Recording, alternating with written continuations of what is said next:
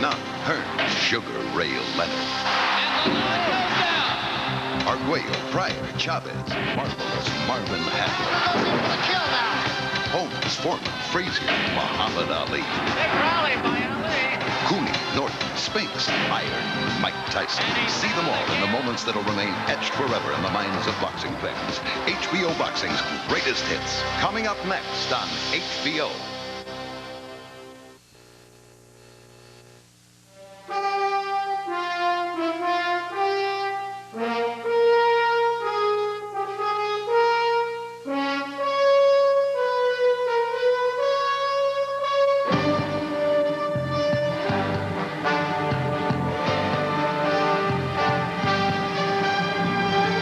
HBO Sports presents World Championship Boxing.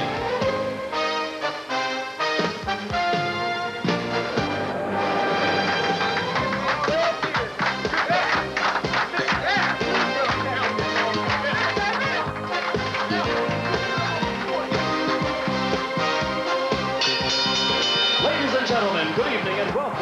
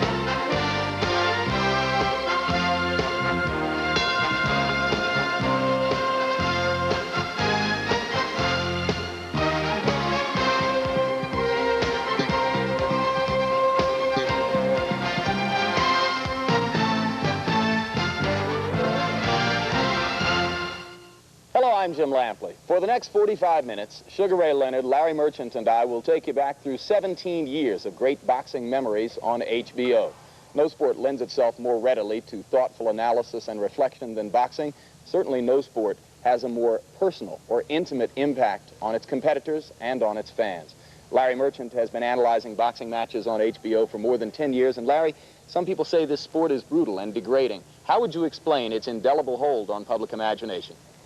Well, it goes back thousands of years that we know of in an organized way, and probably beyond that. So it must hold people in some way. There are tribal things, for example. Gary Smith, a writer for Sports Illustrated, once went to Bolivia and found two tribes that every year had a ritual in which all the men in the tribes came down from the hills, met each other, paired themselves off, and tested each other in a battle. We regard these people for their talent, for their strength, for their will, for their courage, for their style, for their personalities, and at its best, it's pure drama and great theater. And of course, HBO's expert commentator for boxing matches is a man who has contributed to the drama and the theater, both as a commentator and as a participant on HBO. Sugar Ray Leonard, what are the characteristics, the human characteristics, which boxers most need to succeed? Well, Jim, they require so many, but what comes to mind are two very important qualities. I would say resilience, because being knocked down, very few fighters are able to get up from being knocked down and compose themselves. And most importantly, determination, because to reach down for that last and final round, to bring it out, that magical resource, very few fighters have those things. All right, and with an eye toward those qualities and the long history of boxing, we turn our attention now to 1973, HBO's first year of involvement in the sport, a year in which the spotlight in boxing fell squarely on the heavyweight division.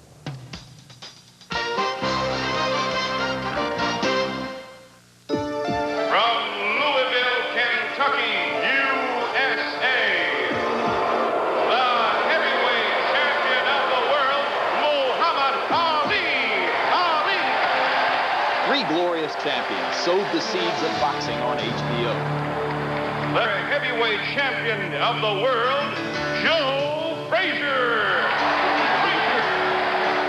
In January 1973, George Foreman delivered the most brutally destructive performance in recent heavyweight history.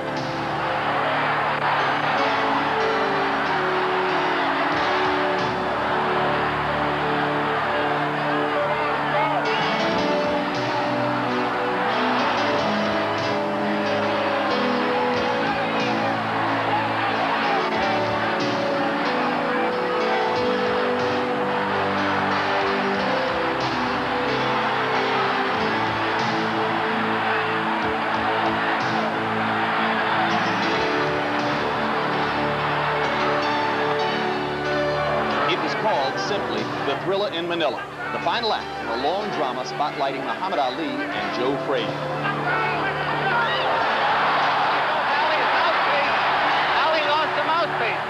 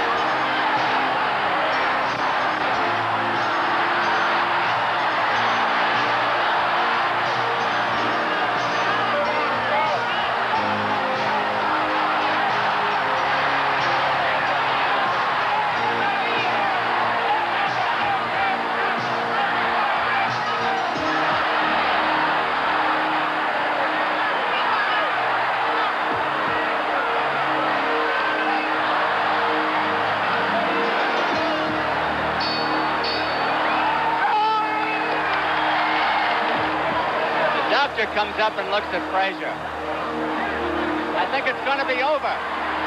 It's all over. As time passed, there was a progression of great champions, each with a unique and storied past, each striving to make his mark on the rich tradition of the sweet science. And for every achievement, there was a beginning. Each recorded a memorable prologue on HBO. There was, for instance, a young welterweight with 12 pro fights who premiered in July 1978. From Palmer Park, Maryland, Sugar Ray Leonard.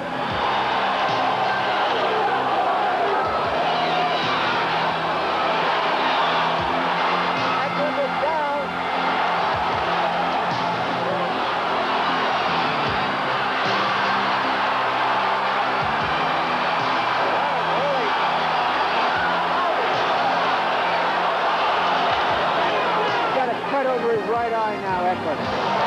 Hey, hurt with the right hand.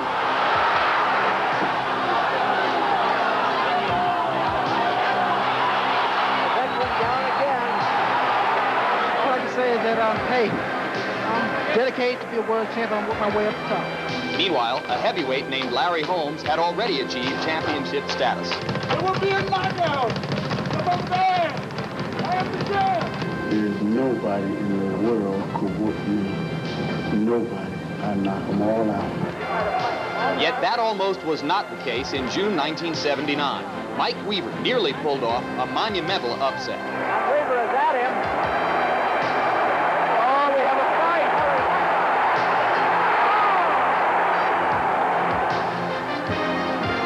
Oh, what a left hook. A 1-2 by Mike Weaver. Took the starch out of Holmes. He's backing towards the ropes. Holmes is in trouble now. But he's fighting back gamely.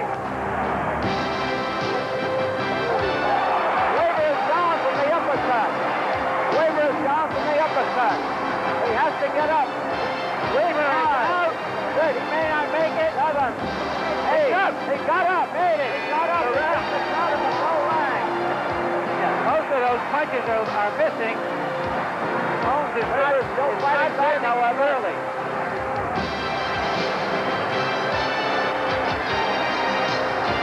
Weaver's a sitting duck on those ropes. That's all. That's all.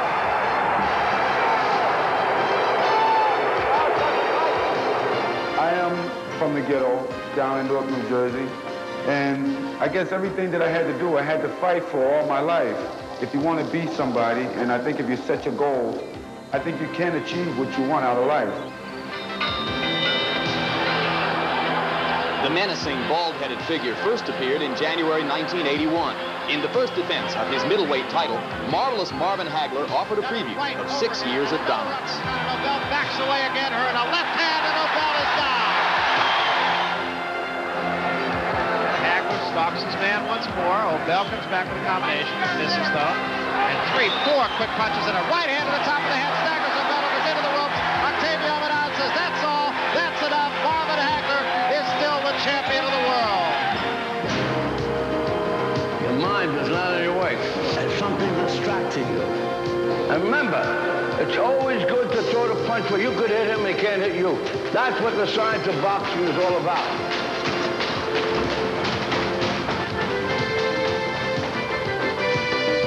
Mike Tyson was a 19-year-old man-child. His fists summoned fire and fury from the opening bell. But you notice the way that it comes back. It comes back slow and it drops. So counter right hand by Mike Tyson is invited. And there was an uppercut. What a shot. The crowd, again, showing its both appreciation and support for Jose Revolta.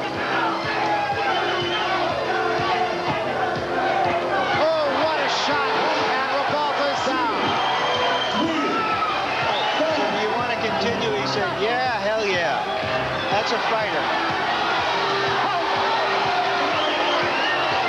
And that's it.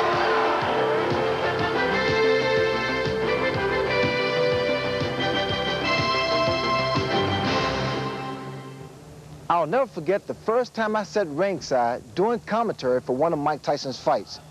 Now his power, without question, is unbelievable. But what really fascinates me is that his defensive skills and incredible hand speed is taken for granted by so many people.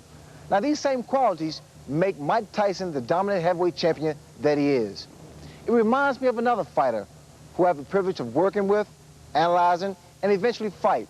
His name was Marvelous Marvin Hagler. And what better way to begin this segment we are calling Knockouts.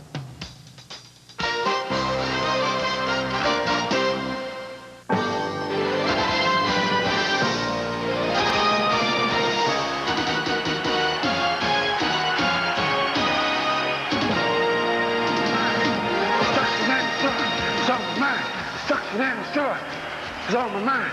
Stuck to that sword. A steady succession of would-be challengers. One by one, they fell. Simpson right on Marvin Hagler once again. Still plenty of time left in this round. Hagler trying to finish it off right here. A jolting right hand, a looping right hand by Hagler. And another. Simpson stands toe-to-toe. He's down. This should be it. But there you sense that the neutral corner Simpson is on his feet. And that's all.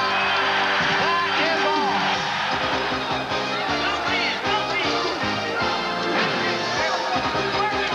Marvin Hagler has gotten himself in trouble before with fights. Tito Antifermo fight, of course. He suffered a cut from a fight. Again, Scipio now managing to get on top of Hagler a little bit more than he was. And there he took a right hand. That buckled his knees. Scipio back in his own corner. Takes a combination, goes down. And may not make it up.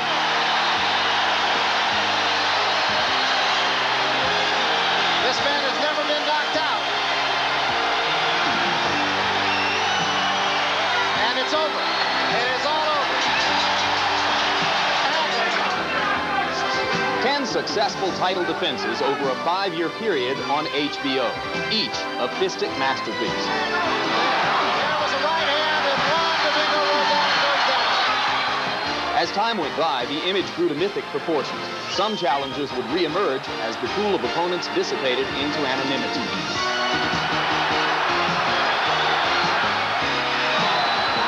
Hampshire right at the moment fighting on instinct. Crowd on its feet at the Garden. Inside 1 minute remaining. He's ready to go.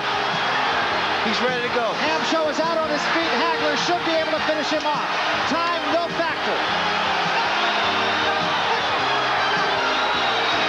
McCarthy says, don't push. There's a right hand. Hampshire is down. He will not get up. This one is all over. At times, the knockouts were swift. An up-and-coming heavyweight contender, Jerry Cooney, battered an aged Ken Norton in the historic confines of Madison Square Garden. And another left hand scores, and again, the legs of Norton wobble. Norton is hurt in his own corner. Cooney trying to measure him. Misses two uppercuts, but scores with combinations of left stands Norton straight up. Norton is about to drop. Norton is on his knees and finally slumps in the corner. He is not going to get up from this. The fight is over in 54 seconds. Others came with electrifying suddenness. Donald Curry seemed in control of his fight with junior middleweight champion Mike McCallum until this. There was the right again, right up over the top. McCullum is standing directly in front of Donald. That's why he's being hit. He needs to give some hand movement, left and right, side to side. He's not giving angles at all. He's directly in front of Donald. And there is a left hand by Mike McCallum that came out of the blue and put Donald Curry on his back.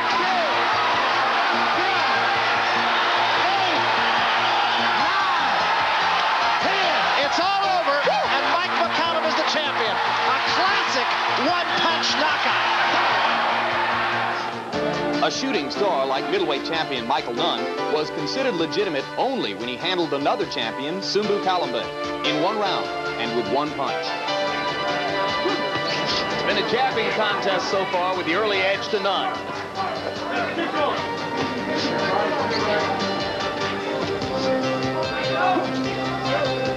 And down goes Sumbu Kalambe after a major league left inside by Nunn. And Michael Nunn answers a lot of doubters about his punching power. One solid left hand put Kalambe to sleep. And every once in a while, a championship heart can turn the charismatic stylist into a knockout artist. Finch is holding on and is on rubber legs. There is no question about that. But he has not taken a backward step. There's a right hand again to the side of the head, but Finch stays up. And another right hand and a left hand sends it backwards. And the legs are gone on Bruce Finch. Finch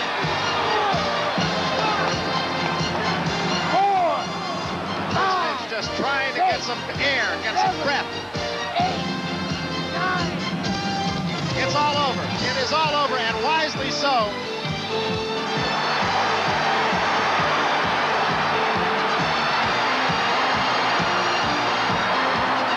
And the line goes down.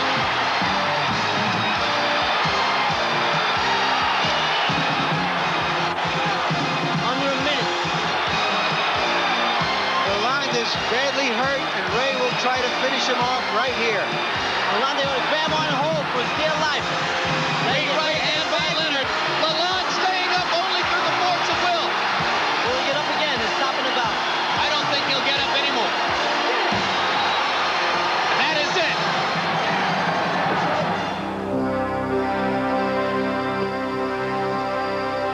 That was a right to the body and an uppercut to the head, and Burbing is down. Thomas trying to hold on. Serious trouble, and down he goes. And 10 seconds to go in a round. There's a left hand. He's down again. It's over. It's all over. There's nobody on this planet that can beat me. There was a passing of the torch in January 1988. A 39-year-old Larry Holmes was forced to give Mike Tyson final certification as this era's dominant heavyweight champion.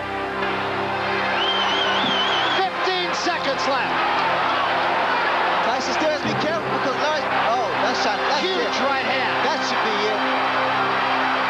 And down goes Holmes, and that's going to be it. It's over.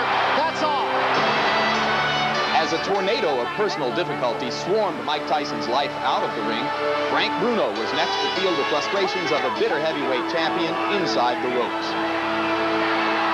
Oh, it's just a matter of This time is here. vicious funny. That's not shot.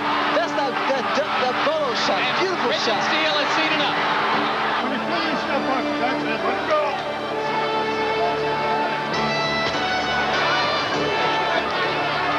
All right, that's it. I'm here. Let him go. Get back.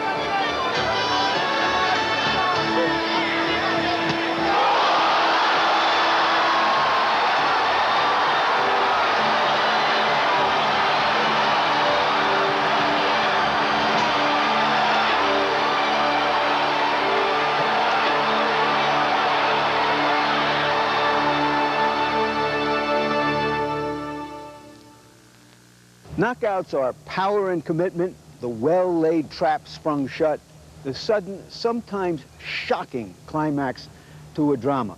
There's also a downside to knockouts, the disappointment of endings so close to beginnings. Thank you, Mike Tyson. But knockouts distinguish boxing from other sports. When the Cincinnati Reds scored 14 runs in the first inning, it was a knockout. But they played on. They should have stopped it. There's something else that distinguishes boxing. Its wide range of crazy controversies. You'd think that in a sport that's so elemental, so basic, one man against one man, that there'd be a finite limit to the kinds of controversies it spawns. Not so. As the late, great Gilda Radner would put it, there's always something.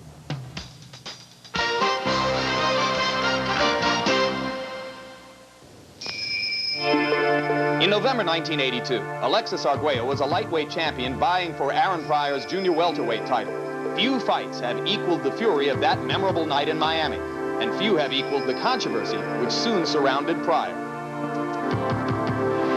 Well, this fight so far is exactly as all the promotional releases have said.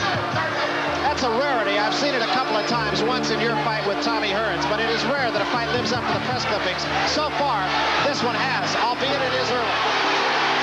Arguello fighting off the ropes and fighting very effectively off the ropes. Arguello got the better of that exchange. You're the boss, don't you? Give me a drink, man, that I mix. One that I mix, Lucy Cook. Mix it.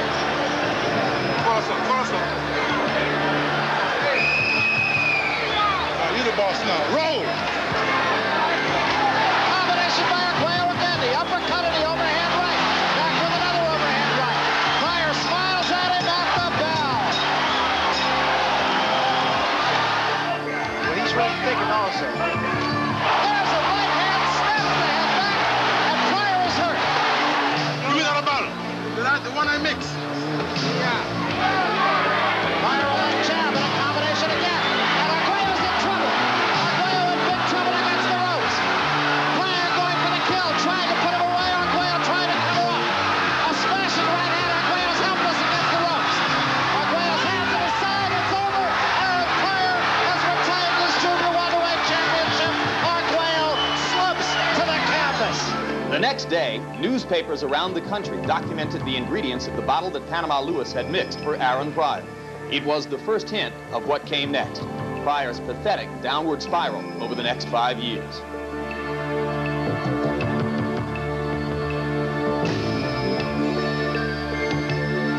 Eight months later, Weightgate rocked Washington, D.C.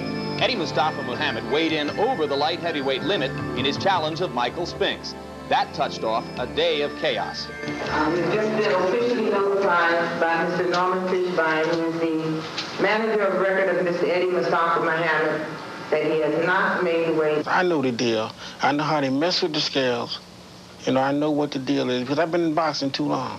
If ever in the history of boxing, there was a scale that was properly calibrated, it had to be this scale.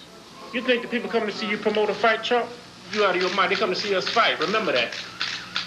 Let's go for it. I'm tired of listening to for a rubber. I'll fight you a non-title fight. I signed a contract saying I'll fight Michael Spinks 10 rounds. I went through all the procedures of preparing myself, mental adjustments, physical adjustments, and I didn't see why Eddie Mustafa couldn't do the same. The door shut on Eddie Mustafa Muhammad as he never got another shot at a title. This welterweight championship doubleheader was billed as double trouble. For once, a boxing title proved meaningful.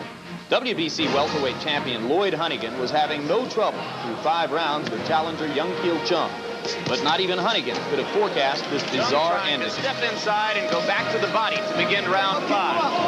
Low blow.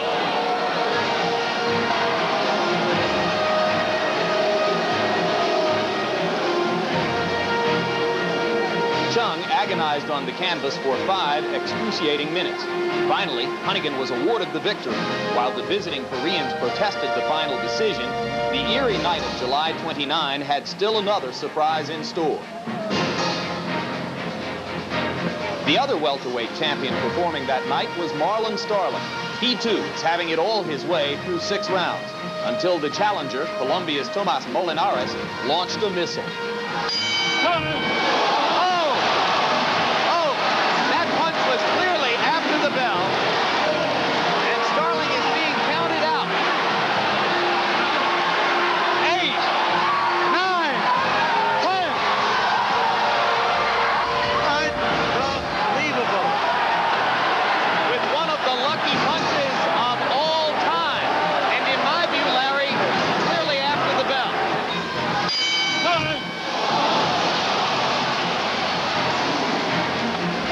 Do I look knocked out? Do I look like I'm wobbled?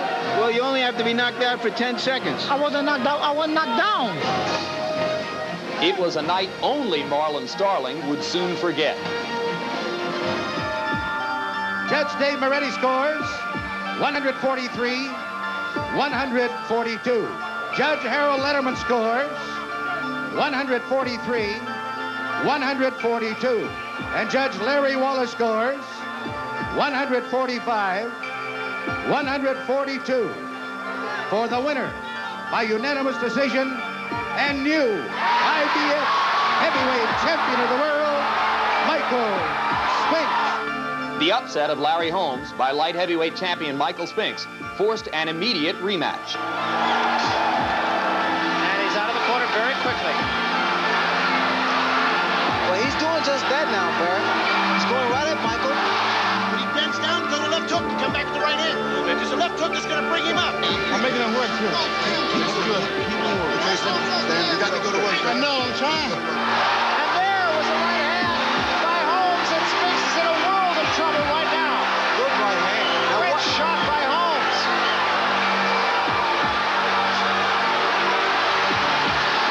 this is when Doc gets his man out of there. And Spinks is all but out.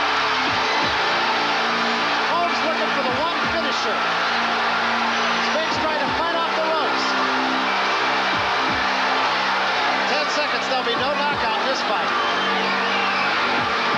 Just look at Doc go to work. It's over. For the winner, by a split decision, and still, the IBF.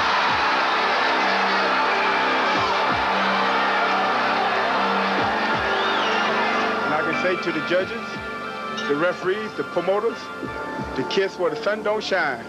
And since we're on HBO, that's my big black behind.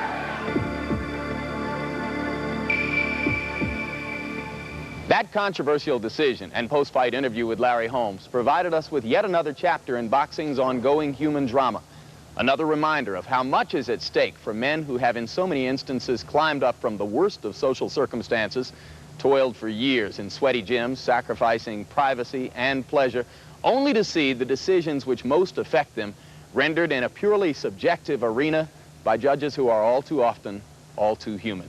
Still, amid all the insecurity and uncertainty, there are moments of transcendent human achievement, and we've witnessed more than our share of those in this decade of the 80s. Again, let's look back.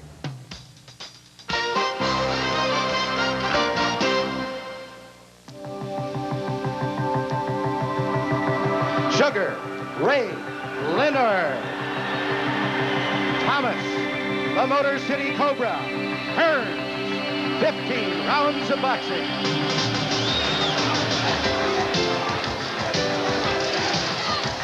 Ray gets inside, left hand, Hearns, backs him up. Hearns with another left hand, and a right hand to the head, and Hearns slams her wobbly. Ray going back to the good left hook, good uppercut left hook. Once more, Hearns backs Hearns up. is hurt. Against the ropes, and he is hurt. Well, you ain't punching, man. Hey, I'm telling you, I'm going to have to stop it if you don't punch. Leonard taking 2 good shots.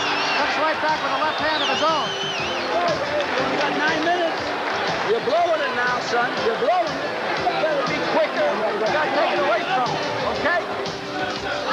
Good right hand by Leonard. That hurt Hearns.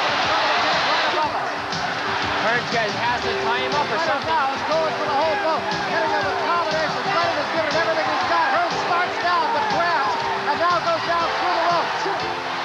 Trying to go downstairs this way, Leonard. Hearns just trying to hang on here. Left hand sends Hearns back against the ropes again. And that's all. It's over. Just yourself at all times. Understand that. Shake hands, folks. Get it on. And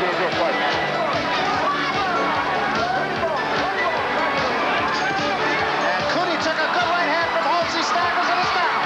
Cooney is down from a right hand by Larry Holmes. You got to move in and rough this guy. You got to move in. I'm 4 years, you deserve it. Ain't nobody deserve more than you, Ted. That was quite the respect. And Cooney's legs are really wobbly. Cooney's really gone now. He's really gone. Cooney very wobbly in the center of the ring. Takes another right hand. Holmes knows he has his man in trouble. Another right hand. And that eye is really opened up. Combinations of punches thrown to the champion against Jerry Cooney. This one is all but over. Cooney against the rope. Bill's Lane steps in. He did not really go down. Victor Valley. And Victor Valley is saying no more, I believe. Victor Valley is in the ring saying no more. That's it. It is over. Larry Holmes. Introducing Marvelous Marvin Hagler. Introducing the man with the hands of stone, Roberto Duran.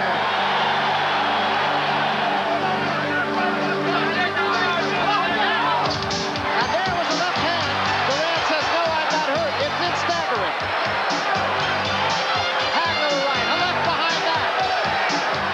Blood now coming from the eye. It will definitely bother Marvin Hagler, who comes back with a combination.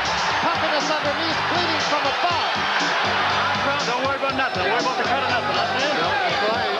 The bell can save a fighter in the 15th round. If you want an editorial on this fight, let the crowd give it to you. And still, the undisputed middleweight champion of the ring, Marvelous Marvin Hagler.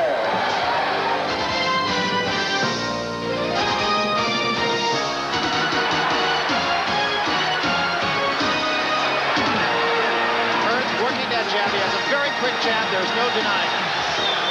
And he caught Hagler with 2 good jabs and a right hand that might have hurt Hagler. Tremendous pace in the first round. I expected this, Barry. Both guys are going at it. Hearns getting the better of it right now. There has been no boxing at all, just fighting here. Just slugging. Blood on the face of Marvin Hagler. Again, we can't quite tell where it's coming from while Hagler continues to dish out punishment.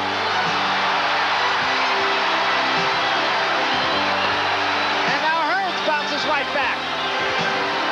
This may be the most brutal, even round you've ever seen in boxing. Let him go. A lot of blood on the face of Marvin Hagler. And let's see if he just doesn't try to do some serious business or just get through. That jab of Hearns is effective, even though he's throwing it off the back foot. A good right hand by Hagler drives Hearns into the ropes once more. Tommy can't take too much of this. And again, it's a matter of accumulation of punches thrown by Hagler, which is probably wearing Tommy down. I'm sure Marvin feels that he has got to hurry things up here because that cut is not going to get any better. There's no question about it. Right hand sends Hearns. He doesn't know where he is. Hagler goes in for the kill now. He's gone. He's gone. Down, and he may be out. I'm not sure he can make it.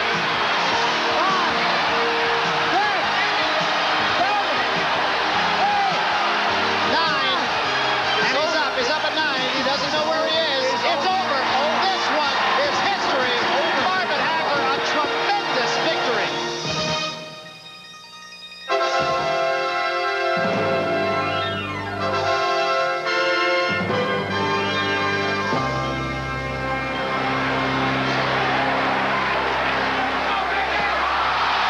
And he wound up and hit him to the stomach. And that more than got Leonard's attention. Ray Leonard is hurt in the corner.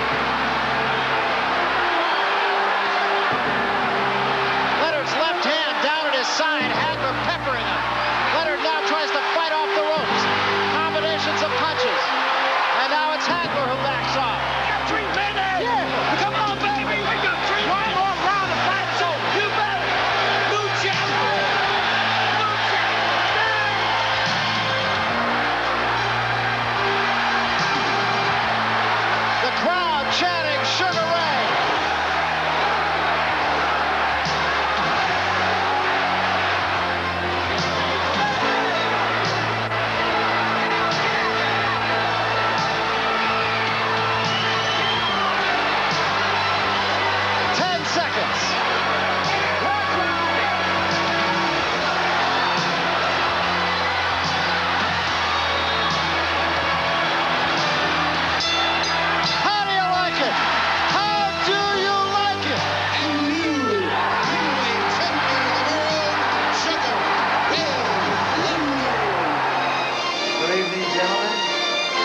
You're both given your instructions in the dressing room.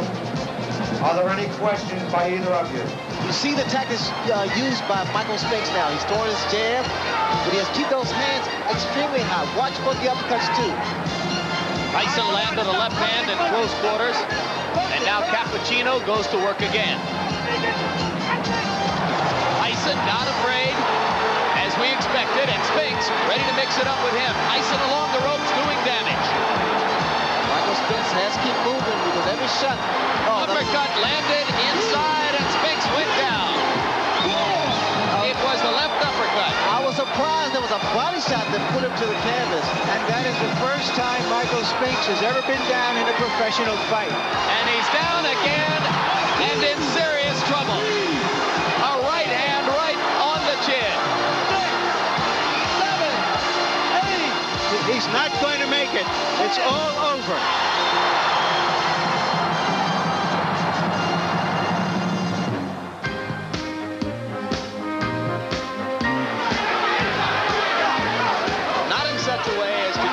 To Johnny. Right hand by Hearns, and Leonard is stopped in his tracks.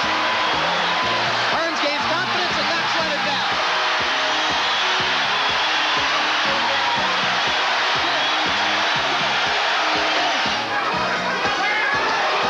Great left. And now it is Hearns who wobbles against the rope. A tremendous left hook following the right hand by Ray Leonard. And now Hearns is holding on for dear life, which is something he didn't do in the first fight. A right on the left. Leonard just missing with and a right lands.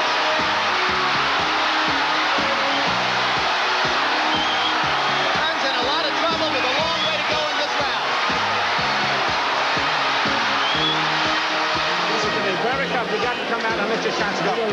Try to get this man out of here this round, okay? Right now, he is a Ray Leonard, in all likelihood, trailing on points in the closing minutes against Tommy Hearns. He's been in that position once before. Oh, a solid right hand by Hearns. Spectacular right cross, and Leonard is in trouble again.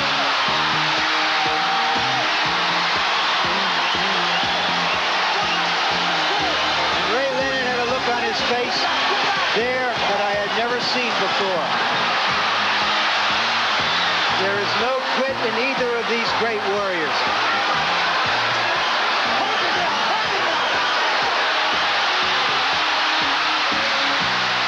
Can Ray Leonard do it?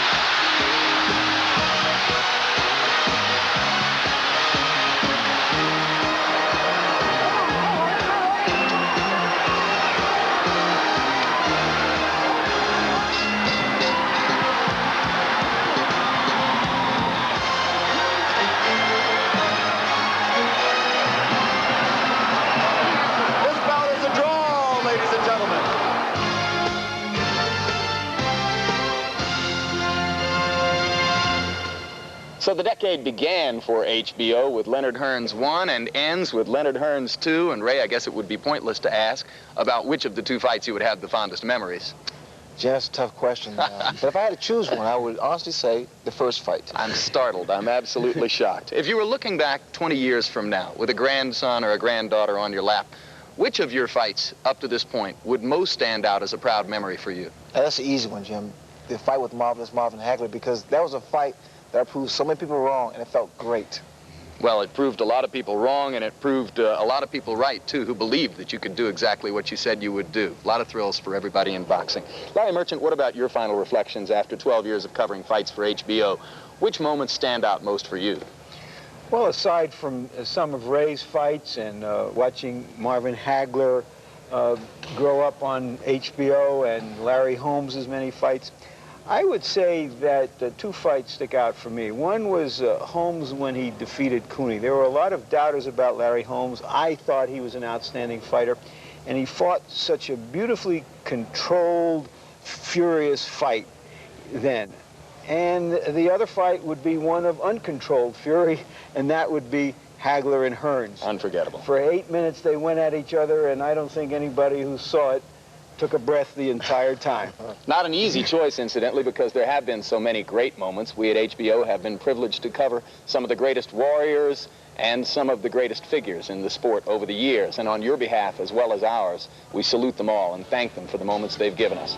We'll see you at ringside.